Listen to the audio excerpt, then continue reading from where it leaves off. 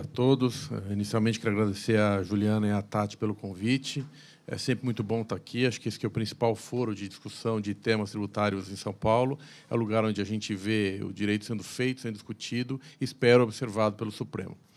Bom, acho que, depois de todas as palestras, quase meio-dia, estamos aqui desde as 8 da manhã, minha vontade era simular um ataque cardíaco, ir embora e poupar vocês da minha apresentação. Até porque muito do que eu vou falar já foi dito aqui, então, espero não ser repetitivo, vou tentar dizer alguma coisa um pouquinho diferente.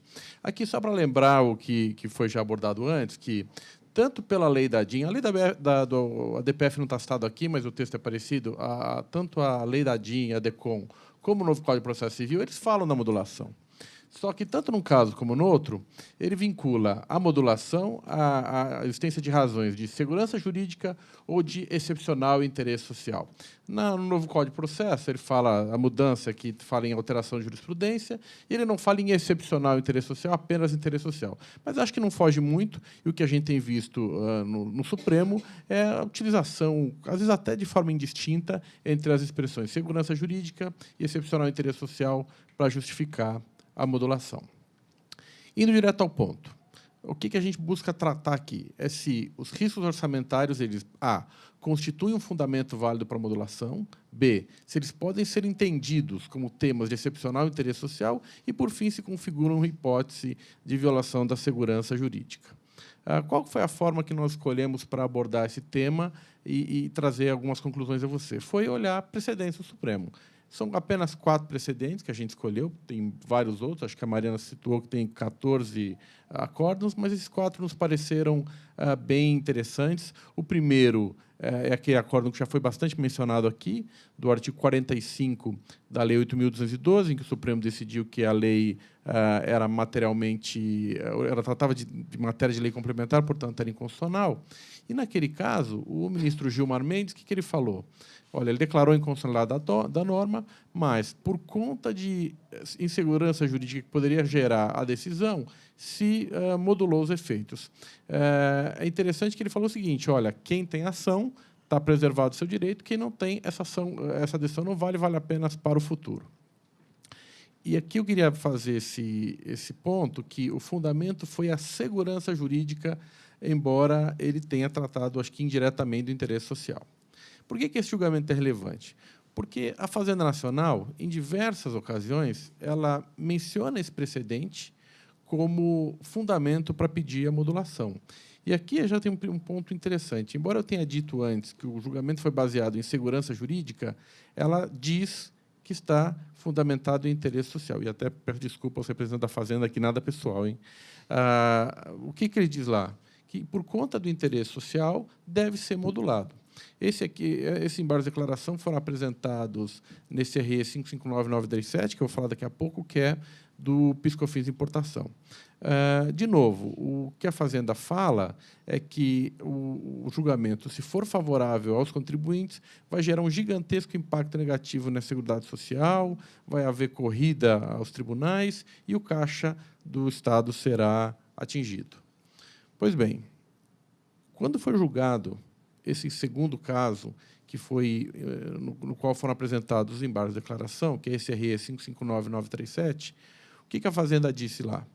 Olha, de acordo com uma nota CETAD Coest, estima-se que a perda da arrecadação vai ser superior a 3 bilhões de reais para 2013, e o período de 2011 a 2012 vai ser de 14 bilhões de reais.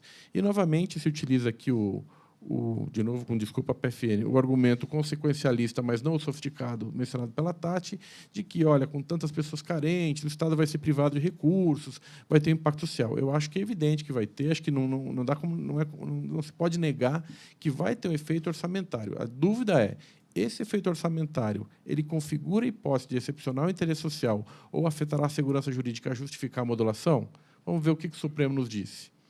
Acórdão do Toffoli, que já foi mencionado aqui pela Daniela e outras pessoas.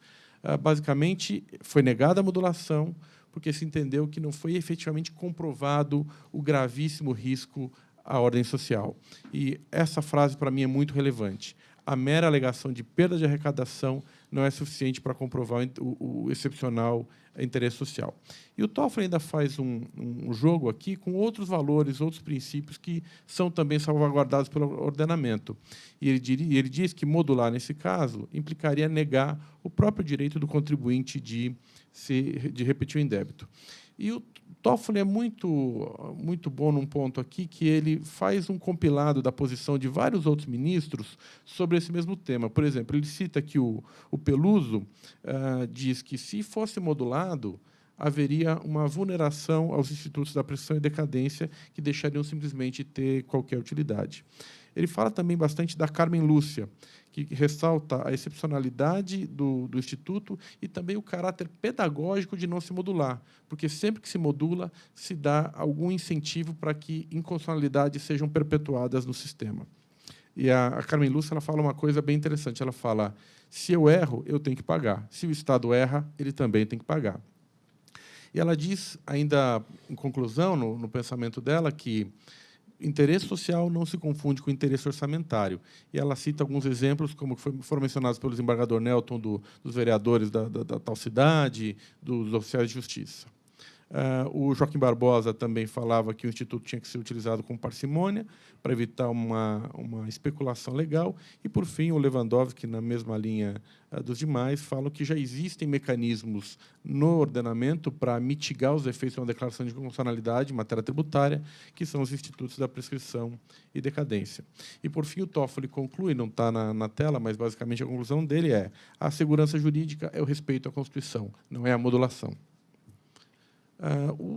O segundo caso a mencionar é o da contribuição previdenciária, previsto no artigo 22, inciso 4 da 8212, que basicamente falava do ato cooperado. Novamente, a União Federal embargou de uma decisão favorável aos contribuintes, falando num prejuízo de quase 8 bilhões de reais. Decisão do Toffoli, que eu não vou me alongar, é virtualmente idêntica. Ele reforça o ponto de que mera perda de arrecadação não justifica modulação. E aí eu passo ao último precedente, que é o que também já foi mencionado aqui hoje, que é da taxa de serviço administrativo da SUFRAMA, a tal TSA, que foi declarada inconstitucional. Vieram embargos de declaração, dessa vez da Procuradoria-Geral, não foi da PFN, mas o argumento é na mesma linha. Aqui se demonstra que essa TSA ela representaria cerca de 96% da arrecadação total da SUFRAMA e que, portanto, a sua declaração de inconstitucionalidade praticamente inviabilizaria as atividades do órgão, além de permitir que os contribuintes pedissem a restituição de mais de 3 bilhões de reais. O acórdão aqui proferido foi relatado pelo ministro Teori, foi um pouco diferente do que disse o ministro Toffoli, mas a conclusão é a mesma. O que ele diz lá? Que, primeiro, a União tem que estar preparada para subsidiar os seus órgãos quando acontecem situações como essa. E aí ele entra num ponto que foi muito mencionado aqui, inclusive foi tratado pelo Paulo, que é o seguinte: os contribuintes apresentarem informações e números em contraposição àqueles números apresentados pelo Estado. E aqui foi interessante, porque o contribuinte trouxe números indicando que, na verdade, a TSA representava 45% da arrecadação da SUFRAMA, e não os 96% que estavam ditos lá na manifestação fazendária. E foi dado contraditório à Fazenda, que não rebateu essa argumentação. Então, o que ele disse? Olha, o dado não é confiável, não basta simplesmente jogar o dado aqui. Segundo, a União tem que estar preparada para fazer frente a essa falta de recursos de uma autarquia. E, terceiro, a modulação não pode ser aplicada em toda e qualquer situação. Pois bem, acho que, indo direto ao ponto dos embargos do 574 e 706, que é o nosso caso concreto. Os argumentos para a modulação são basicamente 3. Primeiro, o impacto financeiro orçamentário de 250 bi. Acho que não faz sentido me alongar aqui para dizer que esse cálculo é muito questionável. Eu acho que o número não é esse, mas concordo com o professor. Existe uma perda orçamentária. O difícil é mostrar qual é o impacto concreto disso e se o Estado estava ou não estava preparado, ou se deveria estar preparado para fazer frente a essa perda. O outro argumento é que essa decisão, do jeito que está, ela comporta transferência aleatória de riqueza social, vai se beneficiar a setores específicos da economia sem que tenha sido feito um juízo prévio de que se isso faz ou não faz sentido. E, por fim, as dificuldades operacionais para a aplicação retroativa desse entendimento, na medida em que tanto as formas de recolhimento do PIS/COFINS como do ICMS têm diferentes mecanismos, diferentes maneiras de apuração. O que é interessante aqui é que a Fazenda não indica categoricamente se o fundamento é o excepcional, o interesse social ou a segurança jurídica. Parece evidente que os dois... Então, que os dois tangenciam, mas não está dito e não está demonstrado categoricamente qual é o fundamento último. E acho que isso é relevante, e aqui já passo rapidamente as conclusões para dizer o seguinte. Primeiro, eu acho que não dá para a gente dizer que exista um padrão nas decisões do Supremo sobre modulação. Porém, eu acho que o Supremo já nos dá alguma sugestão do que ele considera válido para aceitar a modulação. E a primeira consideração é: perda orçamentária por si só não convence. Não adianta jogar dados. Primeiro, porque acho que esse dado isolado não sensibiliza, e segundo, porque já existe uma percepção muito clara dos ministros que esses números são feitos meio com papel de padaria. Então, eu acho que não existe um convencimento todo de que esse número é definitivo. Outro ponto, que a modulação não é uma carta branca nas mãos, seja da Fazenda, seja do Supremo. A gente vai depender muito do caso a caso e tem muitos valores a serem considerados. E, por fim, falando um pouco da prática de escritório, os clientes estão começando a perguntar, bom, então agora a Fazenda é café com leite, né? Porque quando ela perde um caso que é relevante, tem modulação, e aí a gente não leva nada. Eu acho que não, acho que isso está totalmente errado. Acho que essa é uma disputa que ainda vai dar muita discussão.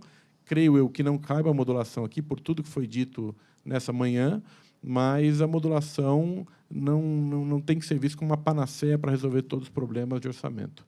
Enfim, falando rapidamente, usei bem menos do tempo que eu tinha até previsto, porque para não ser repetitivo com tudo que já foi dito, queria agradecer a todos e, enfim, me colocar à disposição para qualquer coisa. Obrigado.